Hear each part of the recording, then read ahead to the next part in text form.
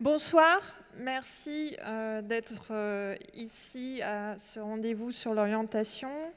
Je suis donc enseignante contractuelle à Paris-Dauphine et je coordonne avec Pascal Guéné, directeur de l'Institut pratique du journaliste de Paris-Dauphine PSL, le certificat médias et journalisme, dit CMJ, qui est ouvert donc de la licence première année à la licence troisième année, également ouvert en troisième année au CPES de PSL.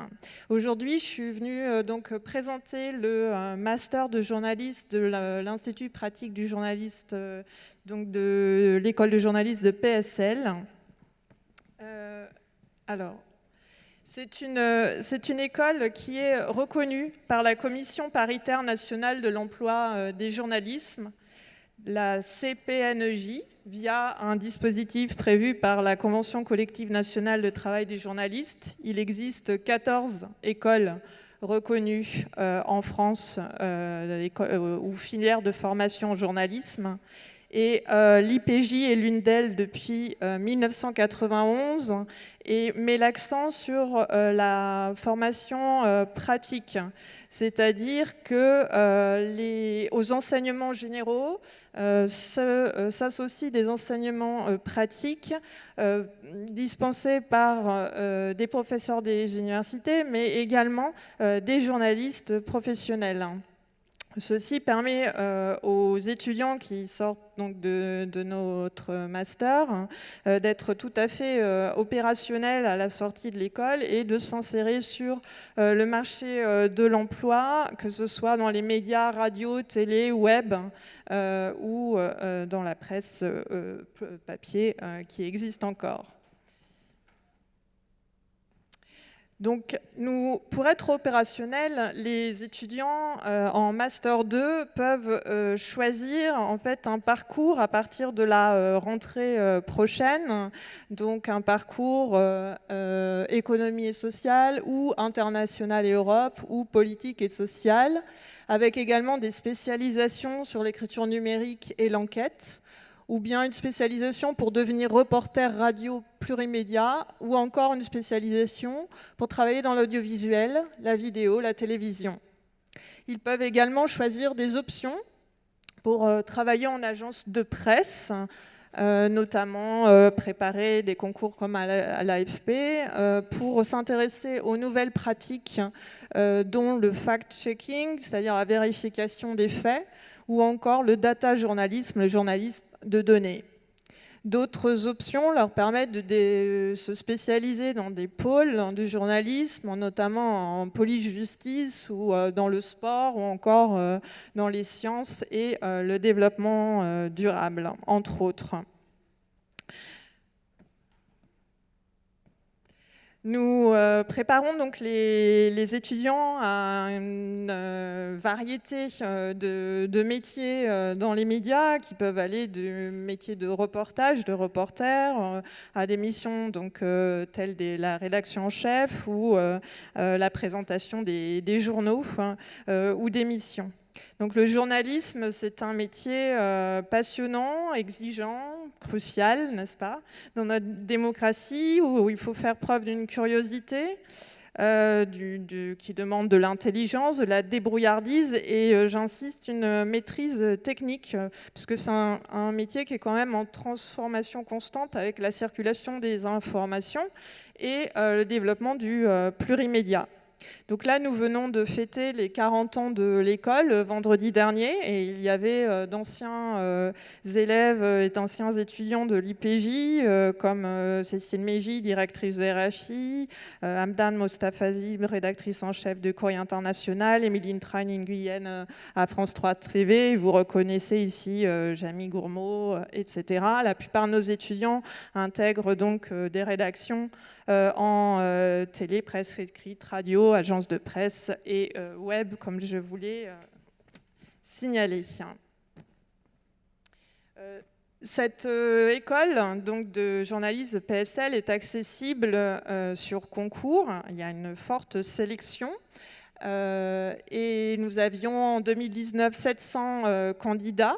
et pour 48 places. Il y aura à nouveau 48 places pour la rentrée prochaine. Ce concours se déroulera en 2020 le 5 avril, un dimanche, avec 5 épreuves écrites. Puis les candidats qui seront sélectionnés passeront des épreuves orales qui auront lieu en mai, ils seront convoqués.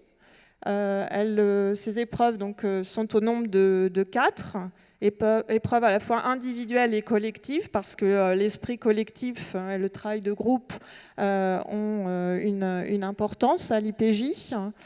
Et vous êtes invités, si vous voulez découvrir cette formation, aux journées portes ouvertes sur le campus Saint-Georges, donc rue Saint-Georges dans le 9e arrondissement. C'est là où se situent les locaux de l'Institut pratique du journalisme. Donc cette journée porte ouverte aura lieu le 14 mars prochain. Ce sera, excusez-moi, l'occasion de rencontrer des étudiants de Master 1 et de Master 2, des enseignants, des responsables pédagogiques, mais aussi de consulter des annales, des épreuves écrites, de poser des questions sur la filière apprentissage, ou encore de découvrir le plateau télé et la réalisation de flash info, par exemple dans le studio radio. Enfin, donc une précision, il existe 2 filières dans le master de journalisme donc de l'IPJ PSL. Donc c'est un master en 2 ans. Et vous pouvez réaliser ces 2 années dans la filière apprentissage ou dans une filière dite temps plein. En ce qui concerne la filière apprentissage, il existe donc une alternance de cours à l'école et de travail en entreprise de presse. Alors avec un certain nombre de médias partenaires de l'école ou avec des médias que les étudiants qui intègrent l'école vont eux-mêmes démarcher avant la rentrée. Cette filière a un succès, regroupe à peu près un tiers des étudiants. Et l'autre filière donc, correspond au temps plein, plus classique, avec des cours à l'école, des périodes de stage obligatoires, notamment en presse quotidienne régionale, en presse quotidienne nationale, des projets de réalisation de médias écoles. Et les étudiants qui choisissent cette filière-là peuvent réaliser une année de césure dans une des écoles de PSL. On a des étudiants qui ont fait une année de césure, une étudiante à l'ENS. Là, on a fait figurer l'ENSAD parce qu'il y a une initiative déjà en place de formation au dessin de presse qui a lieu une semaine par an. Et d'autres projets, par exemple en Master 2, un web d'automne qui est organisé avec des étudiants de Mines Paris Tech. Voilà, je vous remercie de votre attention et je vous dis peut-être à tout à l'heure pour une présentation plus détaillée du Master de journaliste de l'IPJ.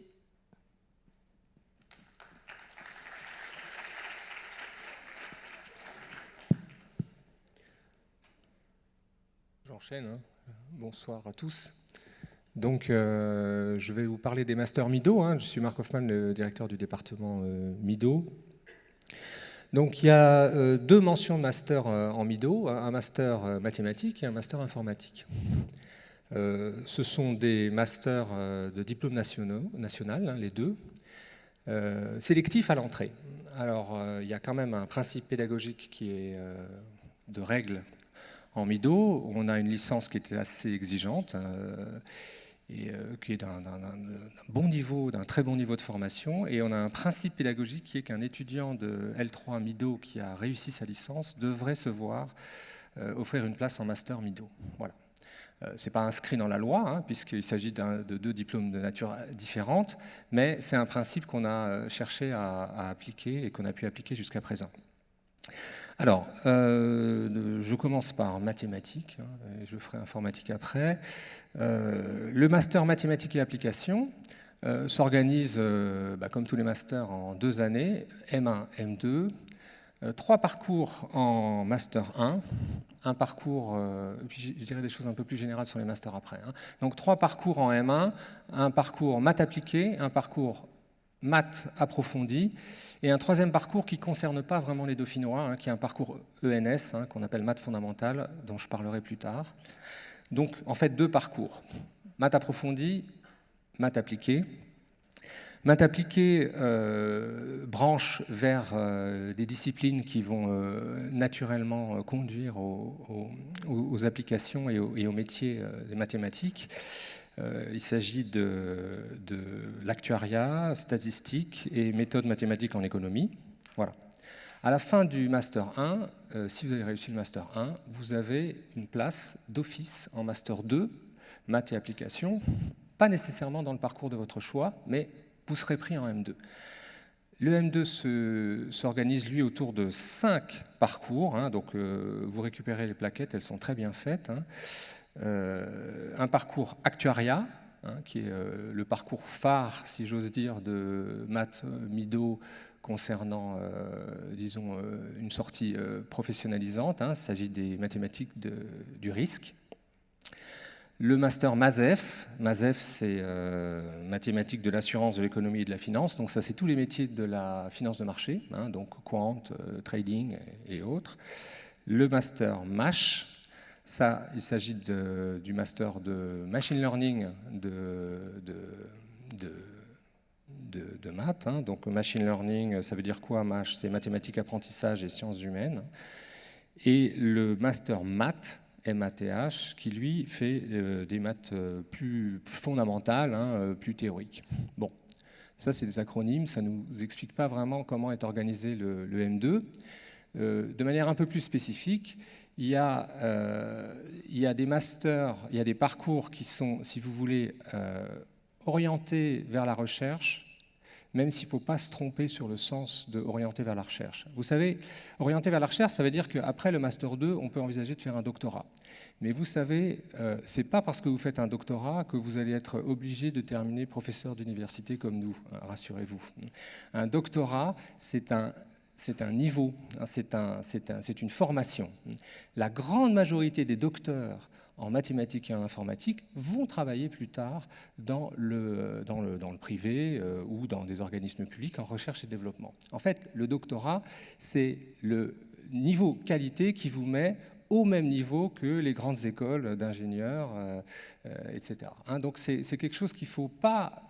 si vous avez envie de faire des applications, et c'est une très très bonne chose, vous êtes au bon endroit pour le faire, il ne faut pas tout de suite d'emblée vous dire « Ouh là là, non, moi je ne veux pas ces trucs de recherche, ça ne m'intéresse pas, je vais foncer vers quelque chose qui va faire que je vais pouvoir avoir tout de suite un M2, un stage et un boulot ». Vous pouvez faire ça, c'est très bien, et si vous faites l'actuariat, c'est ce qui vous attend, mais vous pouvez aussi avoir une vision un peu plus ouverte, d'autant plus que le Master Maths et Applications existe dans un cadre tout à fait nouveau par rapport à il y a... Alors, c'est la 2e année qu'il existe, mais dans un cadre tout à fait nouveau par rapport à ce qu'on a connu il y a 5 ans encore. C'est un master qui a été construit sur PSL. PSL, c'est l'université intégrative qui travaille avec des partenaires. Donc le master, il a été co-construit avec l'École normale supérieure, l'École des mines, et puis plus marginalement d'autres partenaires, l'Observatoire. Voilà. Ça veut dire qu'il y a une approche un peu plus pluridisciplinaire, si vous voulez, dans le sens que ces masters sont désormais attachés à un nouveau concept, accrochez-vous, au concept de ce qu'on appelle les programmes gradués, les PG. Donc, le master maths et applications est attaché au programme gradué de maths. Ça veut dire qu'il donne une porte d'ouverture vers d'autres disciplines qui sont enseignées à PSL, que ce soit en mathématiques, parce qu'il n'y a pas que des maths à Dauphine à PSL, mais aussi dans d'autres domaines, des domaines de sciences ou des domaines des sciences humaines, etc. Donc c'est quelque chose c'est une formation par la recherche, et ça va concerner en M2 plutôt les parcours maths, évidemment, le parcours MASH et le parcours MASEF. Alors que les parcours ISF, ingénierie stat et finance, et le parcours actuariat sont des parcours plus professionnalisants qui restent, leur socle reste dauphinois. Voilà. Alors j'en profite là, vu que je vous parle des programmes gradués, pour vous dire que donc les programmes gradués sont en train de se mettre en place, hein, c'est quelque chose d'assez nouveau, et pour vous dire que ce sont des programmes qui vont organiser hein, dans les années à venir la circulation des étudiants à travers le PSL sur des initiatives spécifiques, hein, notamment là on a déjà des projets d'école d'été, de stages spécifiques, mais il y aura aussi de manière incitative, pour que nos bons étudiants viennent dans nos masters, restent dans nos masters et ne se sauvent pas vers des grandes écoles et hors PSL, il y aura aussi la mise en place de bourses d'excellence dès le M1. Hein. Alors vous aurez beaucoup plus d'informations tout à l'heure en Amphi A4 et dans les mois à venir, hein, mais on va véritablement essayer de mettre en place une structure dès la fin de la licence, dès le M1, qui vous pousse dans la formation par la recherche dans les programmes gradués de PSL. Voilà, ça c'était mathématiques. Informatique, c'est un peu l'informatique, hein, c'est la discipline sœur des maths, hein, donc je vais aller un peu plus vite puisque la structure est essentiellement la même. Hein, et puis là encore, je vous invite, puis je suis pas informaticien, je vous invite à aller écouter les conférences qui auront lieu tout à l'heure à 18h50 en info. Donc informatique, c'est apprendre au sens large, hein, c'est informatique, sciences des données et intelligence artificielle. Donc là encore, il y a une nouveauté par rapport à l'année dernière. Hein. On est donc dans la nouvelle offre du master informatique construit sur PSL avec l'école normale supérieure et l'école des mines. Vous avez d'une part, à partir du master 1, vous avez 2 branches. Vous avez la branche historique MIAGE, hein, dont tout le monde a certainement entendu parler, hein, méthode informatique appliquée à la gestion des entreprises, qui offre d'ailleurs des formations par apprentissage. Hein. Et vous avez une construction un peu nouvelle, qu'on appelle IDD, informatique, décision et données, qui vous ouvre plus vers les métiers du machine learning, la science des données et l'intelligence artificielle. En Master 2, 5 parcours. Vous avez les 3 parcours MIAGE historiques, hein, informatique décisionnelle, informatique pour la finance, système d'information. Et vous avez 2 parcours plus recherche, hein, plus adossés au programme gradué informatique, hein, qui se construisent parallèlement au programme gradué mathématique, qui sont MODO, modélisation, optimisation, décision et organisation, et IASD. IASD, c'est le master phare concernant l'intelligence artificielle. Hein, c'est intelligence artificielle, système et données. Voilà. Hein, donc, conclusion. Si vous êtes en L3 à Dauphine en maths, en MIDO ou en info, il y a une place pour vous en master si vous continuez à bien travailler comme vous le faites. Et cette place peut être en maths ou en info. Hein. Vous pouvez être informaticien et vouloir faire un master de maths, être mathématicien et vouloir faire un master d'info. Hein. Il y a des passerelles. Et vous aurez décliné, en tout cas à Dauphine, toute la possibilité des maths appliquées et de l'informatique, hein, donc tout ce qui est les sciences des données, de choses très théoriques telles qu'on les fait en maths, jusqu'à des choses très appliquées où on code réellement. Hein. Donc on a vraiment cette offre, on bascule, on a vraiment un angle assez large là-dessus. Et au-delà, la construction des programmes gradués va vous permettre une ouverture vers d'autres disciplines. Voilà. Bon, j'en ai assez dit. Je donne sans transition la parole à mon collègue Denis Darpy et je vous invite à aller écouter les conférences spécifiques, hein, en Amphi 4 pour les maths, hein, et en Amphi 4 pour l'info tout à l'heure. Merci.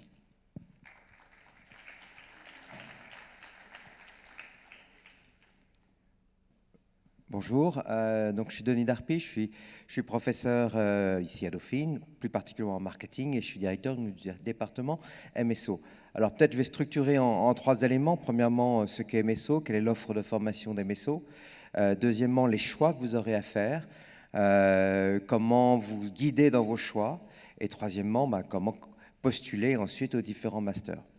Alors, premièrement, MSO, c'est en fait comme une école. Hein. C'est une école des sciences des organisations qui recouvre les disciplines de sciences sociales, de droit, de gestion, de management et d'économie.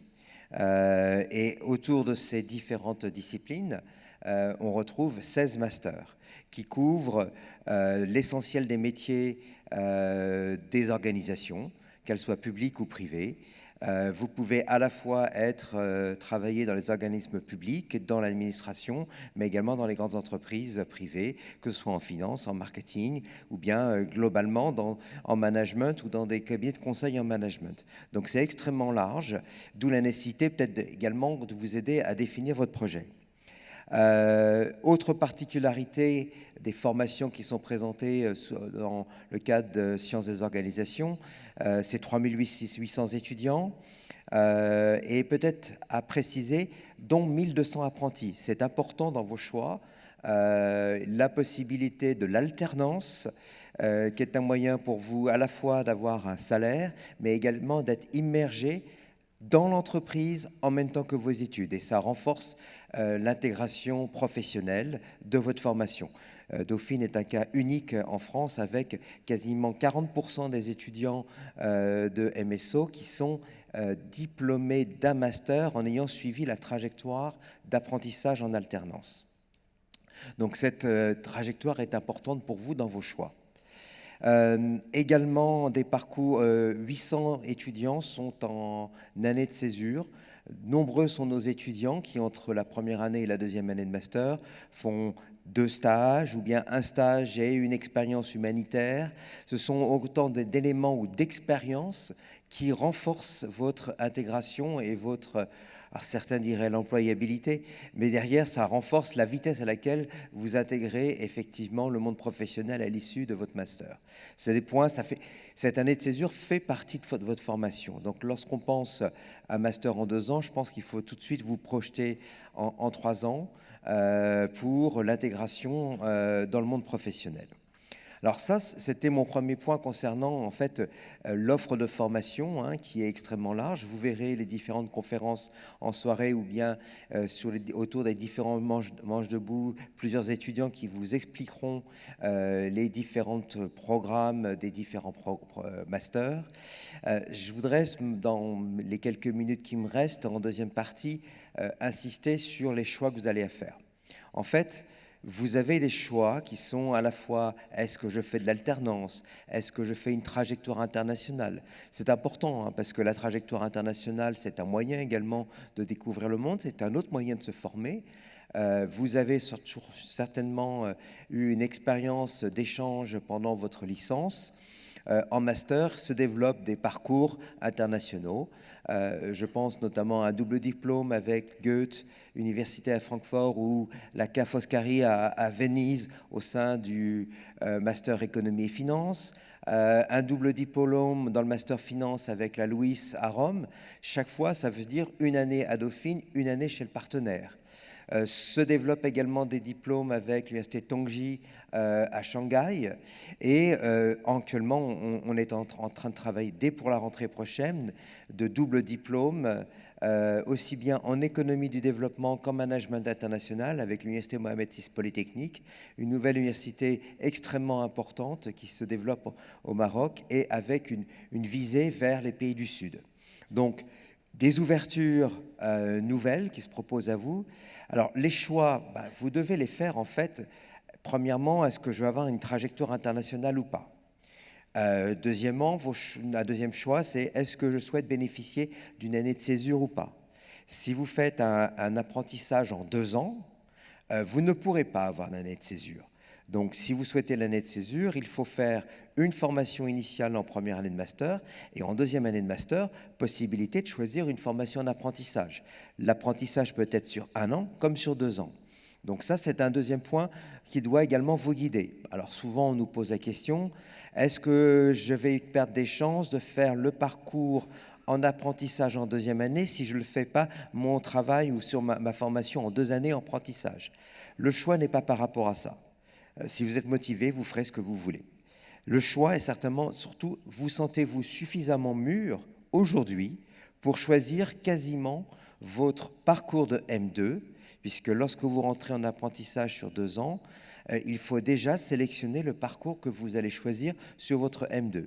Donc vous sentez-vous assez mûr aujourd'hui, 25 novembre 2019, pour savoir si votre diplôme en apprentissage que vous aurez en décembre 2023 sera exactement celui-là.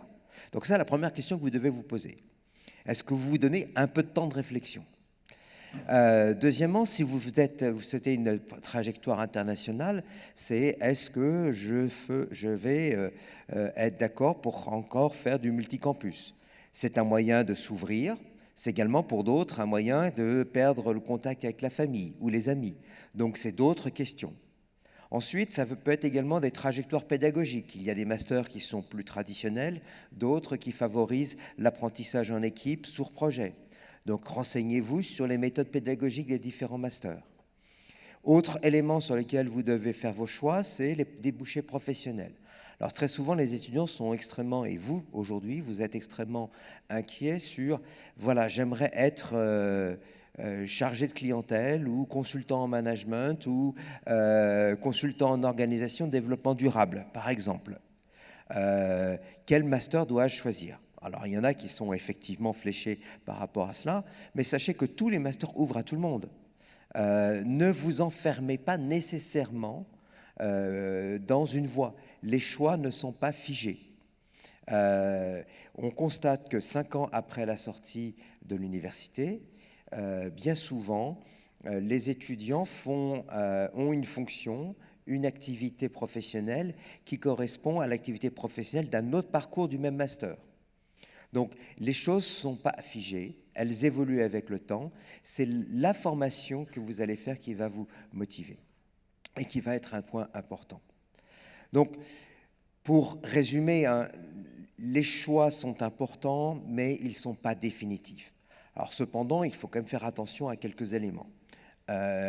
Si vous êtes aujourd'hui en licence d'éco, vous avez un peu plus de chances d'avoir un des masters qui sont hébergés en économie. Si vous êtes en licence de gestion, vous avez plus de chances d'avoir un des masters qui sont en gestion. Par contre, ce matin, on me posait la question, oui, voilà, j'ai envie de faire marché financier. Est-ce qu'il faut faire économie? Vous pouvez faire le master économie et finance, ça vous y conduira. Mais vous pouvez faire également master finance, ça vous y conduira également. Donc, à nouveau, choisissez en fonction de vos intérêts, des programmes pédagogiques, des profs, des anciens, mais les choses ne sont pas complètement fermées.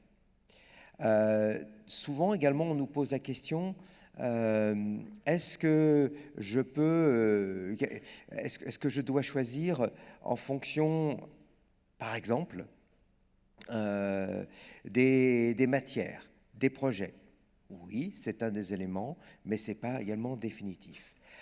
Vos choix, et ça va être mon troisième point, lorsque vous allez faire vos choix et notamment exprimer vos vœux, vous aurez 3 vœux à formuler.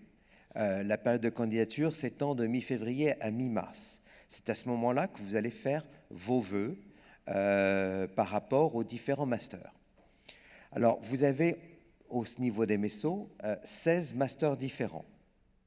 Chaque formation compte pour un vœu. Attention, alors c'est pas Parcoursup, c'est pas APB, hein, mais c'est à peu près la même logique. Réfléchissez à vos choix. Et quand vous réfléchissez à vos choix, réfléchissez en termes de marché. Si vous demandez, par exemple, une place en master apprentissage marketing, plus une place en master apprentissage management, plus une place en master management de l'innovation, vous êtes sur un marché de 30 places, plus 30 places, plus 15 places. Il y a 1200 places en première année de master MSO. Vous êtes en licence gestion plus économie autour de 800. Si vous êtes sur un marché de 75, vous réduisez vos chances. Donc vous devez prendre en considération à la fois les capacités de chacun des masters en termes d'accueil, votre profil, pour maximiser vos chances. Alors je tiens à vous rassurer, l'année dernière, 95% des étudiants en licence de gestion et en licence d'économie, un peu comme en mathématiques, ont eu bien sûr une place en master à Dauphine. Donc il n'y a pas de coup près. La vraie difficulté pour vous, c'est de bien choisir le master en fonction de votre projet et en fonction de où vous vous situez et ne pas se tromper de filière. L'année dernière, les difficultés qu'on a eues avec des étudiants, c'est effectivement des étudiants qui disaient « moi, je ne fais rien d'autre que le master apprentissage en marketing ou en management ou master management de l'innovation ». C'est des gens à qui on n'a pas pu offrir une place. Donc réfléchissez bien quand vous faites vos 3 vœux qui sont à formuler. Bien sûr, les professeurs vont pouvoir vous aider également. Regardez également dans les fiches orientation les métiers qui sont exercés dans les différents masters, ce qui vous donnera énormément d'informations. Donc je répète, 3 vœux à formuler d'ici mi-mars. Vous aurez ensuite des entretiens ou une analyse de dossier qui aura lieu dans les premières quinzaines de mai, avec des réponses qui arriveront fin mai. Alors, je n'ai plus exactement les dates, mais tout sera bien précisé et bien affiché. Et vous allez ordonner vos 3 vœux. C'est-à-dire que si vous êtes accepté sur vos 3 vœux, c'est uniquement le premier vœu qui vous sera proposé. Si vous êtes accepté uniquement sur votre deuxième vœu, ce ne sera que le deuxième vœu qui vous sera proposé et les autres vœux disparaissent, sauf si vous êtes en liste d'attente. Donc il y a une affectation automatique en fonction de l'ordonnancement de vos vœux à l'issue des périodes d'admission. Vous aurez la possibilité, après les entretiens, avant qu'on fasse tourner les périodes d'admission, de réaffecter ou de modifier l'ordre de vos vœux. On est bien conscient que le 1er mars, vous ne savez pas encore exactement ce que vous voulez faire.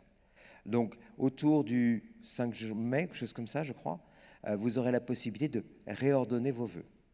Voilà quelques informations importantes à prendre en compte, et toutes les présentations des différents collègues au fil de la soirée vous permettront d'affiner vos choix. Merci de votre attention.